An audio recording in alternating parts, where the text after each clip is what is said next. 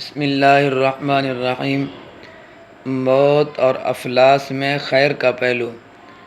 عن محمود بن لبید ان النبی صلی اللہ علیہ وسلم قال اثنان یکرہہما ابن آدم یکرہ الموت والموت خیر للمؤمن من الفتنة ویکرہ قلة المال وقلة المال اقل للحساب۔ محمود بن لبید رضی اللہ تعالیٰ عنہ سے روایت ہے کہ رسول اللہ صلی اللہ علیہ وسلم نے فرمایا کہ دو چیزیں ایسی ہیں کہ جن کو آدمی ناپسند ہی کرتا ہے، حالانکہ ان میں اس کے لیے بڑی بہتری ہوتی ہے۔ جن کو آدمی ناپسند کرتا ہے، حقیقت میں دیکھا جائے وہی چیزیں آدمی کے لیے بہتر ہوتی ہیں۔ ایک تو وہ موت کو پسند نہیں کرتا، آدمی بوڑھا ہو جائے، بیمار ہو، کسی حالت کے اندر بھی وہ مجبور ہے، کبھی بھی موت کو پسند نہیں کرتا، حالانکہ موت اس کے لیے فتنہ سے بہتر ہے۔ اور دوسرے وہ مال کی کمی اور ناداری کو نہیں پسند کرتا، حالانکہ مال کی کمی آخرت کے حساب کو بہت مختصر اور ہلکا کرنے والی چیز ہے۔ تو واقعہ یہ ہے کہ ہر آدمی موت سے اور ناداری اور افلاس سے گھبراتا ہے اور ان سے بچنا چاہتا ہے، حالانکہ موت اس لحاظ سے بڑی نعمت ہے کہ مرنے کے بعد آدمی دنیا کے 100 فتنوں سے مامون اور محفوظ ہو جاتا ہے، کیونکہ مومن کے لیے، مسلمان آدمی کے لیے موت کیا ہے؟ یہ تحفہ ہے۔ فرمایا مال اور دولت کی کمی اس لحاظ سے بڑی نعمت ہے کہ ناداروں اور مفلسوں کو آخرت میں بہت مختصر حساب دینا ہوگا، اور وہ اس سخت مرحلے سے بڑی جلدی اور آسانی سے فارغ ہو جائیں گے۔ جب انسان افلاس اور ناداری کی مصیبت میں گرفتار ہو، یا کسی عزیز اور قریب کی موت کا صدمہ اس کو پہنچتا ہو، یا وہ صدمہ اس کو پہنچے، تو اس وقت وہ رسول اللہ صلی اللہ علیہ وسلم کے اس طرح کے ارشادات سے اس آدمی کو بڑی تسکین اور تسلی حاصل کر سکتا ہے۔ اسی طرح عن عمران بن حسین قال قال رسول اللہ صلی اللہ علیہ وسلم ان اللہ یحب عبدہ المؤمن الفقیر المتعفف ابا العیال۔ عمران بن حسین رضی اللہ تعالیٰ عنہ سے روایت ہے کہ رسول اللہ صلی اللہ علیہ وسلم نے ارشاد فرمایا کہ اللہ تعالیٰ کو اپنا وہ مومن بندہ، اللہ تعالیٰ کو وہ اپنا مسلمان بندہ بہت پیارا اور محبوب ہے، جو غریب اور ناداری کی وجہ سے غریب بھی ہے، فقیر بھی ہے، نادار بھی ہے اور عیال دار بھی ہے، یعنی کہ اس کے گھر والے، اس کے بچے بھی بہت زیادہ ہیں، اس کے باوجود وہ کیا کرتا ہے؟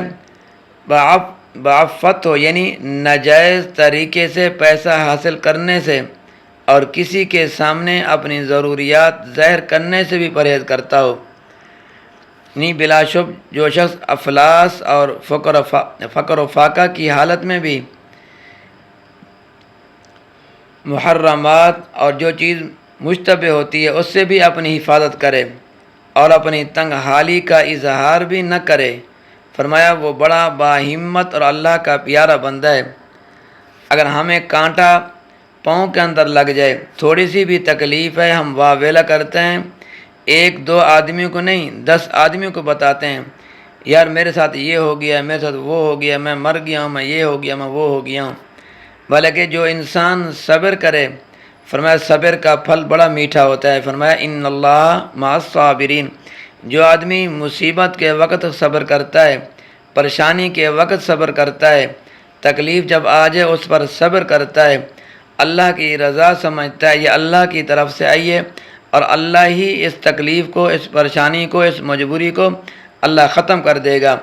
جو آدمی اس نظریے سے صبر کرے گا، ضرور ضرور انشاءاللہ اللہ تبارک و تعالیٰ اس کو اس پریشانی سے، اس مجبوری سے، اس مصیبت سے نکال دیں گے انشاءاللہ۔ فرمایا جو بندگان خدا اس دنیا میں اس تنگ حالی اور نداری میں مبتلا کیے گئے ہیں، وہ غریبی اور فقر و فاقہ کی زندگی گزار رہے ہیں، کاش وہ رسول اللہ صلی اللہ علیہ وسلم کی ان حدیثوں سے تسلی اور سبق حاصل کر رہے ہیں، اور اللہ تعالیٰ نے ان کو اپنا محبوب صلی اللہ علیہ وسلم والی جو فقیرانہ اور غریبانہ زندگی نصیب فرمائی ہے، اس کو اپنے حق میں نعمت سمجھ کر صابر اور شاکر رہے، یعنی صبر کرنے والا رہے اور شکر ہی کرتا رہے۔ تو فرمایا فقر و فاقہ کی تکلیفیں ہی ان کے لیے سامان راحت اور لذت بن جائیں۔ لہذا جب بھی کوئی پریشانی، کوئی ٹینشن آ جائے، اس کو انسان صبر سے جھیل لے، صبر کرے، واہ ویلا نہ کرے۔ ہم کیا کرتے ہیں؟ جب مصیبت آ جاتی ہے تو واہ ویلا کرتے ہیں، جب پریشانی آتی ہے تب بھی واہ ویلا کرتے ہیں، جب ہم تھک جاتے ہیں، ہار جاتے ہیں، پھر یہی کہتے ہیں جی اب صبر ہی کرنا پڑے گا اور کچھ بھی نہیں ہے۔ میرے بھائی، صبر اس چیز کا نام ہے، جب بھی آپ کو مصیبت آئے پہنچے، جب بھی آپ کو کوئی پریشانی لاحق ہو، جب بھی کوئی آپ کے اوپر آفت آ جائے، آپ نے صبر کرنا ہے، اور پھر وہ صبر تم کرو گے اس کی جزا تم اللہ کے ہاں پاؤ گے۔ فرمایا جو آدمی صبر کرے گا وہ کون آدمی ہے؟ فرمایا ان اللہ مع الصابرین، جو صبر کرتے ہیں لوگ، اللہ تبارک و تعالیٰ ان لوگوں کے ساتھ ہوتا ہے۔ اور واہ ویلا کرنے سے، شور شرابہ کرنے سے نہ مصیبت ختم ہو سکتی ہے، نہ پریشانی دور ہو سکتی ہے۔ لہذا اگر ہم صبر کریں گے، اللہ کی رضا سمجھیں گے، تو اللہ ہی یہ سب چیزیں، یہ مشکلات اللہ تبارک و تعالیٰ ہماری دور فرما دیں گے۔ دعا فرمائیں کہ اللہ تبارک و تعالیٰ میرا اور آپ کا حامی و ناصر ہو۔